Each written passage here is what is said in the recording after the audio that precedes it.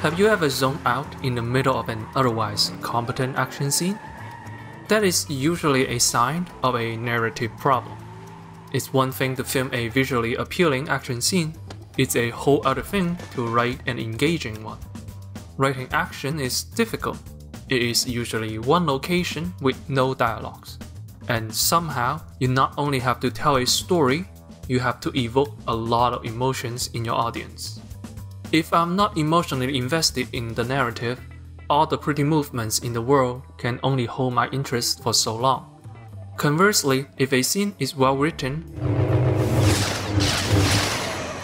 all you need is one single swing. In this episode, we'll dive into the world of Chinese fight scenes and break them down using the traditional Chinese writing structure: set, rise, twist, tie. We'll see how the masters structure the fight in order to tell a compelling story. All set? Let's go.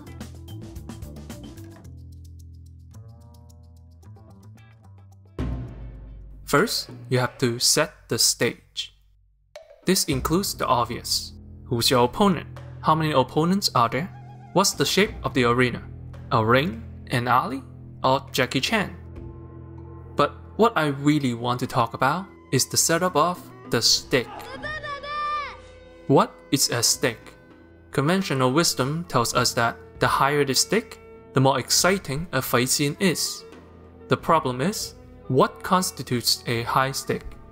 The end of the world is a high stick, but the world means nothing if the audience knows the world is not going to end. The best sticks are often personal and ideally relatable. Fearless tells the story of Huo Yuanjia, a Chinese martial artist who, in his pursuit of becoming the strongest, kills his opponent in a duel.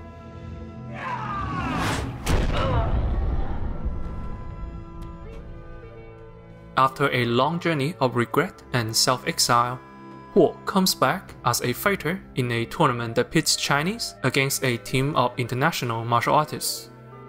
On the big picture, what's a stick is the pride of China and Kung Fu. But really, it's Huo's journey we care about. A journey to prove he's no longer the vain killer he used to be. Similarly, Drunken Master 2's final battle sees folk hero Wang Feihong fighting to stop smugglers from stealing Chinese national treasures. But for the audience, it is a fight to prove Wang as a true responsible hero and no longer the person who abuses his drunken fit. Should a stick be sufficiently personal, it doesn't even need to be high. Rocky's climactic fight with Apollo has little to no stick at all. Rocky's journey to rise above and prove himself ended just before he enters the ring. Win or lose, it matters very little to Rocky. Suspense is of course good, but it is far from the only factor in writing a good fight. One-sided fights can also be entertaining.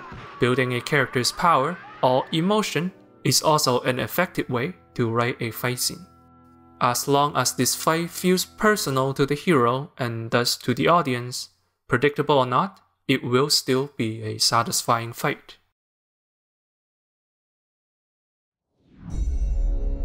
In this scene in Ip Man 3, a Muay Thai fighter is sent to beat up Ip Man. With his wife standing right behind him, we have our personal stick. But after a short appetizer of an exchange, Ip Man brings the fight outside. The music rises up. The main course begins. A series of beautiful long takes, with Ip Man no longer holding back. This short break after the first exchange is the rise, and it serves multiple purposes.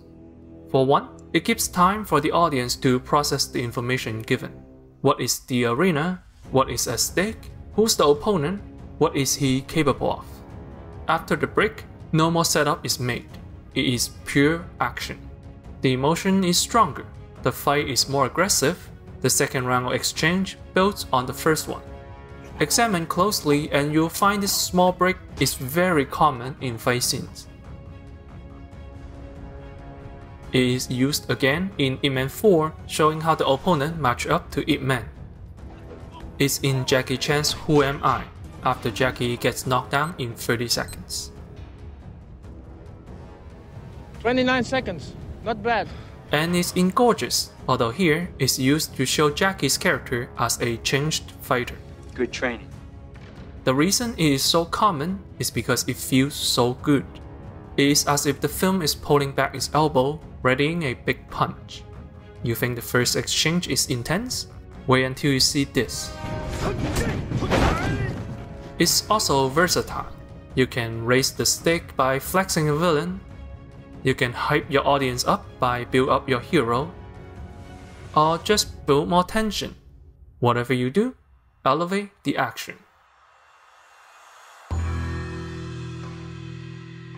Next comes the twist, and it is exactly as it sounds. Something happens that changes the direction of the fight. The simplest example is when Bruce Lee pulls out his nunchucks. Not only does it heighten the action again, it also brings in a new element, preventing the fight from getting stale.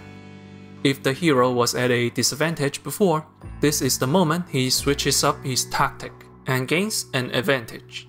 These are your oh yeah moment when the hero begins the beatdown. Wong decides to use his drunken fists, Chan decides to enjoy the fight and have fun with it. Who Am I finds an enemy weakness in his clothing.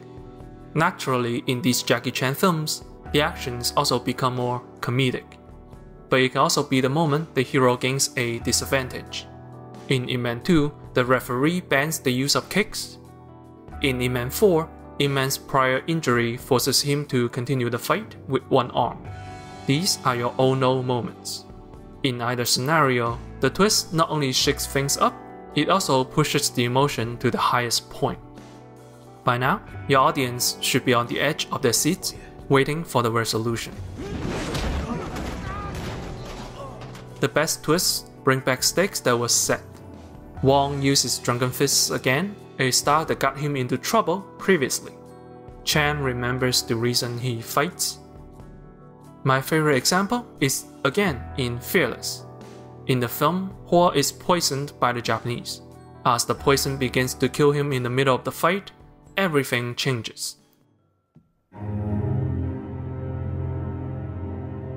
The fighting style changes. Instead of composed and in control, Hua has to fight much more aggressively to keep up. The sound effects are gone. There's only music, making the fight scene more like a montage, focusing more on the character's struggle rather than the choreography. This struggle reminds viewers the reason why Hua has to fight. The struggle has changed. It's not about fighting his opponent, it's about overcoming himself.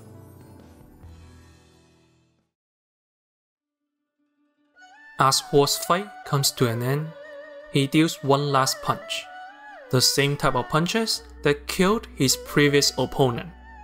But Hua pulls back.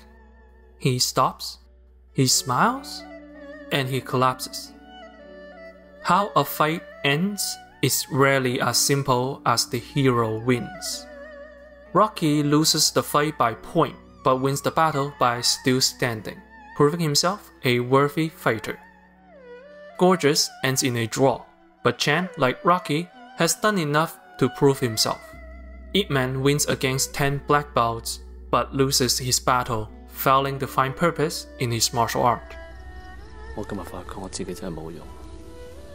Tying everything together is more about the implication for the hero than it is the external outcome. Win or lose, it matters little. The smile from Hua is him realizing that he won. Not against his Japanese opponent, but against his demon, against his past self. He has ascended. That's ultimately what a story is, a change in situation or character. In many of the engaging fights we talked about today, the heroes enter the ring on the verge of great changes. Through action, they either sunk and fails, or rise and become greater. What is your hero fighting for, and how he will change after the fight? Keep those in mind, and you can write a great fight scene.